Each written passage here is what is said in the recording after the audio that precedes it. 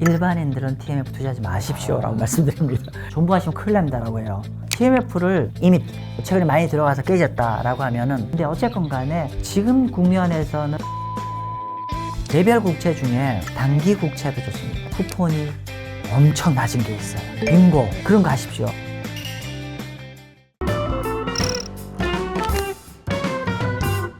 또 우리나라 투자자분들이 많이 사신 게 그 세배 레버리지, TMF. 최근 한 달 동안 데이터를 보니까 국내 투자자들이 세 번째로 많이 산 게 TMF더라고요. 최근 한 달 동안 사신 분들은 조금 많이 물려 계실 거 아니에요. 그러면 이 시점에서 TMF 사신 분들은 어떻게 대응을 하는 게 좋을까? 손절을 하는 게 좋을까? 아니면은 적당히 물타기 하면서 반등하는 걸 기다리는 게 좋을까? 일반인들은 TMF 투자하지 마십시오라고 말씀드립니다. TMF 투자하실 분은 경제에 대한 공부를 많이 하고 가시라는 거예요. 단순하게 앞으로 금 내릴 거라고 생각해서 너무 나이브하게 어프로치 하시면, 지금 보시면 미국 금리 어떻게 됐냐면, 지금 연초부터 한번 보십시오. 금리가 이렇게 가고 있잖아요. 그렇죠. 네. TMF 투자하실 때는 존버하는 게 아니라, 존버하시면 큰일 납니다라고 해요. 존버하는 게 아니라 스나이퍼처럼 끊어먹으라고.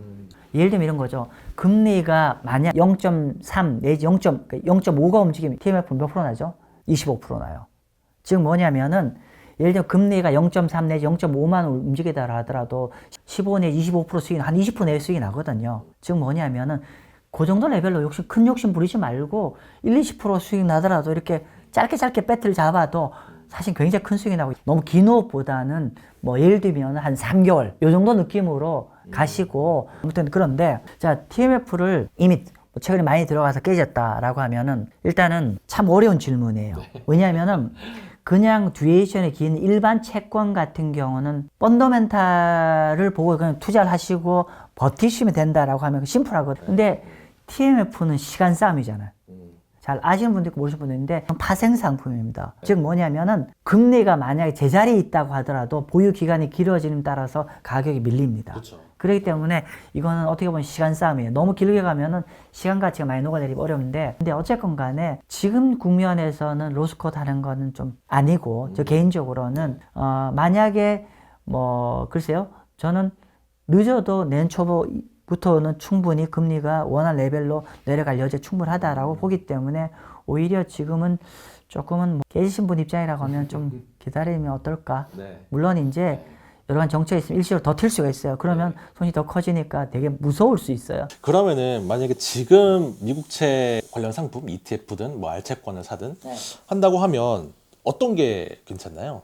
일단은 미국 국채는 현재 시점에서는 환율이라는 변수를 생각해야 돼요. 그렇죠. 미국 금리가 이렇게 많이 오르기 때문에 이렇게 해서 원화가 약세로 간 거거든. 이론적으로는 미국 금리가 내려가면은 원화가 강세로 가거든요. 그렇죠. 그래서 이게 원화 관점에서 미국 국채를 해석하면 얘기가 너무 복잡해져 버려요. 그냥 환율이라는 변수 없애고만 얘기를 할게요. 일단은 이번에 이재명 대표가 금투세 폐지 동의해줬잖아요. 그러면 그 의미는 뭐냐면은 개별 국채에 대한 투자 매력도는 너무 좋다는 얘기예요. 여전히 비과세가 유지된다는 거예요. 매매 차익이 전액 비과세입니다. 미국 채권 ETF나 미국 개별 채권 모두 다 저는 괜찮다고 보고요. 단지 미국 채권 ETF 같은 경우는 양도세 대상이고, 이쪽에 개별 국채는 국내 국채와 동일하게 비과세입니다. 근데 여기서 여러분 꼭 고민하셔야 될 게, 원화 투자자면 이론적으로 금리 내리면 원화가 반대로 조금 강세로 갈 경우 환차손 여지가 있기 때문에 이걸 종합적으로 판단해서 하시길 바라고요. 하나 더 팁 드릴게요. 개별 국채 중에 단기 국채도 좋습니다. 왜 이 말씀 드리냐면은, 기존 과세 체계는 뭐냐면 쿠폰 수익만 과세거든요. 이 매매 차익은 전액 비과세잖아요. 미국은 단기 국채의 쿠폰이 엄청 낮은 게 있어요. 코로나 시기에 발행된 빙고 1% 아니에요. 더 낮아요. 0%대도 0.25, 0.35 정도가 있어요. 예를 들면 잔존 만기가 1년 뒤에 내가 100불로 돌려받는 걸 현재 96불에 사는 거예요. 96불에 사면은 할인 차익이 4불이잖아요. 그렇죠. 근데 쿠폰은 0.25야. 그러면 1년 뒤에 내가 토탈 4.25%를 토탈로 돌려받는데 세금은 0.25만 과표가 돼요. 전액 비과세나 마찬가지예요. 그쵸. 그래서 야, 나는 미국 시장 막 금리 요동치는 거 나 무섭고 나 잘 모르겠어. 나 예금만 하는 분이라도 빙고 그런 거 하십시오. 미국 채권을 투자를 한다고 하면 환율 네, 일단 맞아요. 가장 좀 맞아요. 걱정을 하셔야 될 거니까 한국채를 사는 게 나을까, 미국채를 사는 게 나을까 이런 고민도 있을 것 같아요. 원래 채권이라는 건 1년 이상 가야 되고, 그러니까 정석에 입가 간다면 한국채 좋다. 그 얘기를 말씀드리는 거예요. 그만큼 우리나라 경제에 대해서 좀 불투명하게 보고 노령화, 저성장 이게 되면은 일본처럼 중장기적으로 금리가 저금리로 내려갈 수가 있고, 어쨌건 간에 한국 국채는 저는 여러분 예금 대신에 한국 국채는 꼭 갖고 계시면 좋겠다. 한 1, 2년 뒤에 매매 차익 목적 비과세도 좋고, 또 중장기적으로 금리 내려가는 거면 바앤홀드의 측면에서 예금 대신으로 일정한 현재 3%대 금리를 예를 들면 10년 이상으로 확보할 수 있는 방법이기 때문에 우리 국내 투자자 입장에서는 저는 개인적으로는 한국채를 조금 더 선호한 입장입니다. 알겠습니다. 어떤 종류의 채권을 우리가 투자를 하는 게 좋을까? 종류가 되게 다양하잖아요. 뭐 한국채, 미국채도 있고, 뭐 장기채, 단기채, 뭐 회사채, 국채 이거를 한 군데 몰빵하기에는 너무 리스크가 크잖아요. 그래서 어떻게 좀 포트폴리오 하는 게 좋을까? 네, 포트폴리오는 이렇게 합니다. 포트폴리오 왜 하냐면은 위험 관리를 하기 위해서 하는 거거든요. 그래서 제가 이제 채권 투자를 할 때 이렇게 가시면 여러분 하시면 좋겠대요. 바벨. 바벨이 아령이잖아요. 두 덩어리 있잖아요. 그죠? 그러면 예를 들면 이쪽은 우량 자산, 우량 국채 같은 중심, 우량 자산이고 이쪽은 고수익 자산. 여기 고수익 자산에 해당되는 건 어떤 거냐면 첫 번째 하이드 채권, 두 번째 이머징 마켓 채권, 그리고 저는 인컴 자산에 하는데 고배당주. 이쪽이 고수익 자산이라고 저는 보는데 이렇게 중심을 잡고 이렇게 중심 잡고 있는데 예를 들면 이런 거죠. 자, 경제가 턴어라운드 한다고 하면 여기 힘을 실어야죠. 지금 어떨까? 라고 하면은 일반적 컨센서스를 얘기하면 지금 소프트 랜딩이잖아요. 네. 소프트 랜딩은 뭐냐면 경제 피크 찍고 점유 둔화되는 거잖아요. 어쨌거나 소프트 랜딩이면 그럼 현재는 이렇게 돼 있어야죠.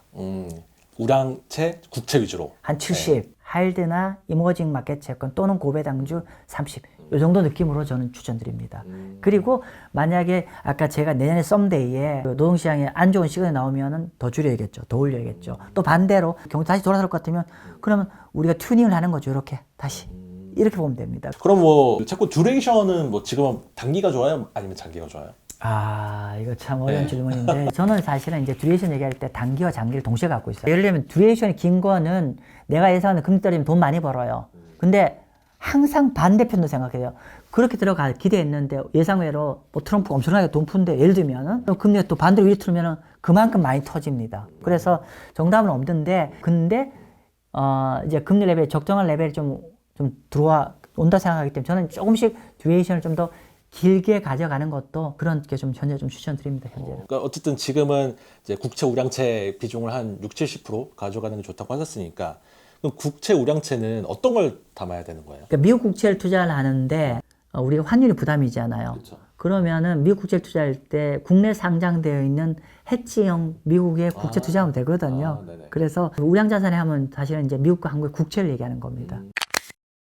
네, 지금까지 GB 투자자문의 마경환 대표님 모시고 좋은 얘기 많이 들었는데요.